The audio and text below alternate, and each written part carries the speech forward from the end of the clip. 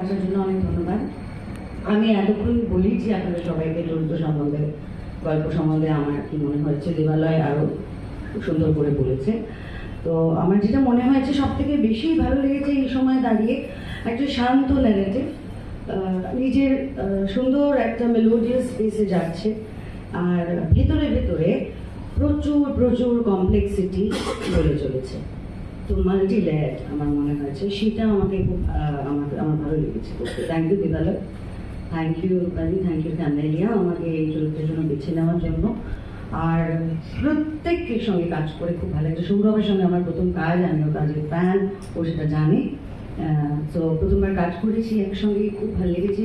এবং আরও যারা সৌগম্য এবং আরিয়ান, ওদের সঙ্গে কাজ করা আমার খুব ভালো লেগেছে। সবাই খুব মন দিয়ে কাজ করেছে। অ্যাট দ্য সেম টাইম আমরা খুব আনন্দ করেছি, হ্যাঁ, ঝড়ের রাতে।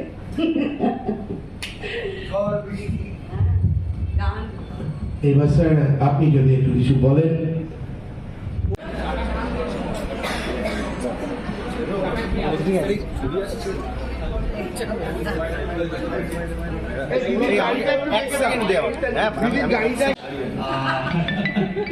So basically, Debalaya sir, thank you so much. Trisha ji, কলটা করবার জন্য thank you.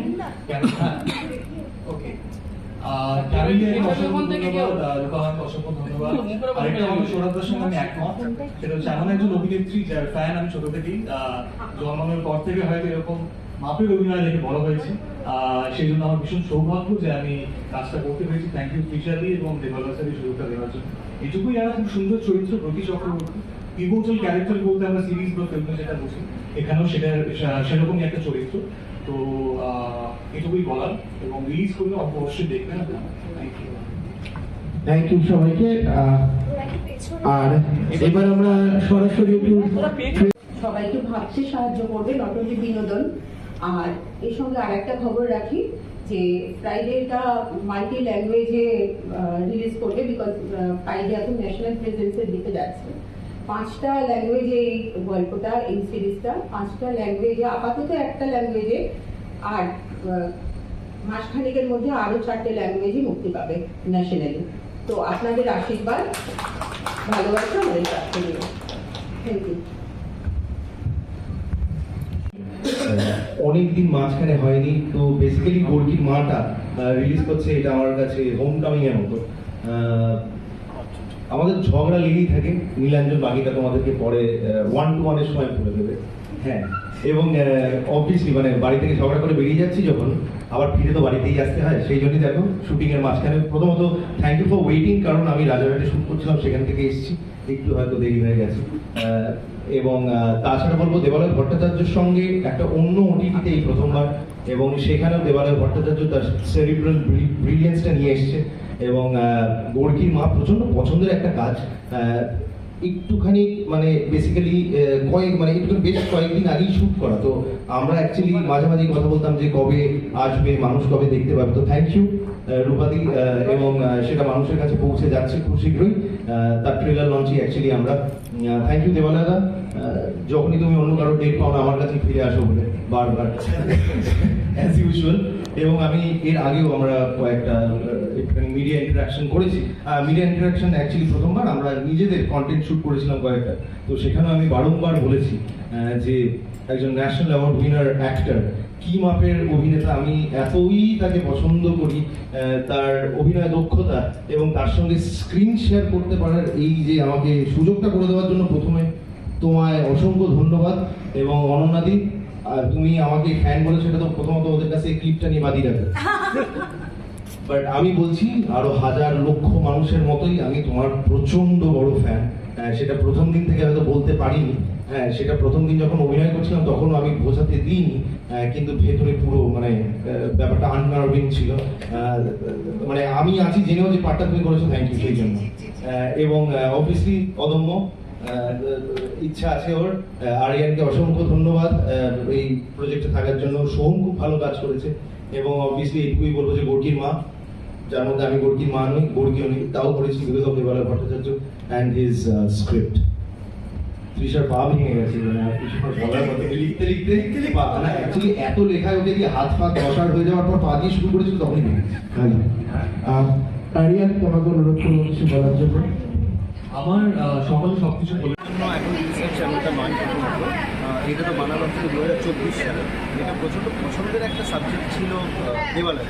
দেবালয় তো wanted to do it for very long time, thanks to camellia, thanks to NRD. তারা দেবালয়টাকে সেই সুযোগটা করে দিয়েছে এইটা পুজো তোলার জন্য এবং মানুষের সামনে আনার জন্য। Thank you.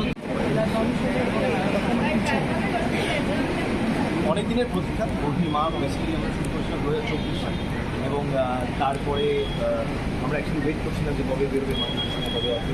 আলটিমেটলি সেই সময়টা চলে এসেছে এবং মানুষজন যারা ওয়েব সিরিজ দেখেন, বাংলা ওয়েব সিরিজ দেখেন, তারা দেবালয় ভট্টাচার্যের কাজ দেখেছেন এবং তারা জানেন দেবালয় ভট্টাচার্য এবং সৌরভ কী ধরনের কাজ করেছে।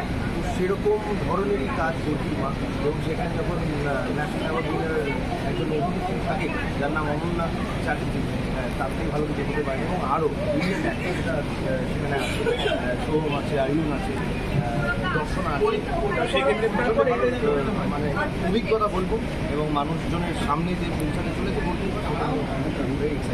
অন্যান্যর সঙ্গে কাজের অভিজ্ঞতা মানে আবহমান থেকে স্টিল রোগীর মা ওয়াজ আ লং জার্নি এবং যখন থিয়েটার করতাম তখন থেকেই ওই তোমার একটা বাকেট লিস্ট হয় না যে এনাদের সঙ্গে অভিনয় করতে চাই, যার মধ্যে সুস্থতা মুখার্জি ছিলেন, যার মধ্যে অনন্যা চ্যাটার্জি ছিলেন, আরও অনেকে আছে। তো সেখানে মুভির সঙ্গে কাজ হয়েছে, চরিত্র নিয়ে অনন্যাদির সঙ্গে কাজ হয়েছে। তো এইগুলো হচ্ছে ওই বাকেট লিস্ট যাওয়ার মতো আর তারা এত মনোযোগ দিয়ে কাজটা করে এবং অভিনেতারা বুঝতে পারে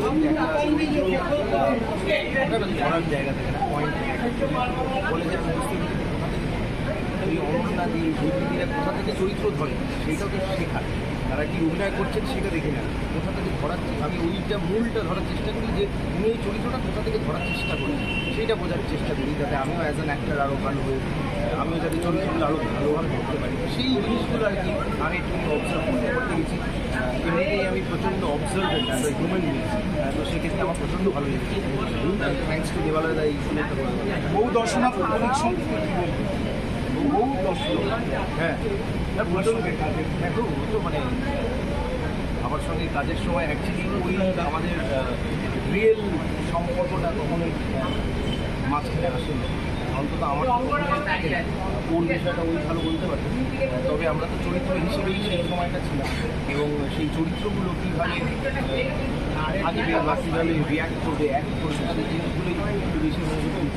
সেক্ষেত্রে তখন দর্শনা ছিল, তখন ওই আমার ছিল সাহিত্য থেকে কাজ করা হয় তখন কন্টেন্টটা খুব স্ট্রং হয় এবং তার থেকে যে স্ক্রিপ্টটা সুন্দর লিখেছে, স্ক্রিপ্ট বা কন্টেন্টটা যখন এতটা স্ট্রং হয় তখন কাজটা আরও সহজ হয়ে যায় এবং আরও ভালো লাগে। এবং এখন তো একটা পরিবর্তন চলছে এবং তার সাথে সাথে এই সিনেমাটাও কি একটা অন্যরকম কিছু মাত্রা অ্যাড করছে বলে মনে হয়? না, এই সিনেমাটা উপদেশ, এই সিনেমাটা কি তো সেটা নিয়ে যদি কাউকে কিছু ভাবা, যেমন আমার মনে হয় প্রত্যেকটা শৈল্পিক কাজ মানুষের ভাবা হয়েছে, সেটা নিয়ে যদি কেউ কিছু ভাবতে পারে বা ছবিটা ছবিটা দেখার মানে সিরিজটা দেখার জন্য দেখবে করবে আর কোনো বার্তা না, just it's a translation of emotions, a journey. Thank you.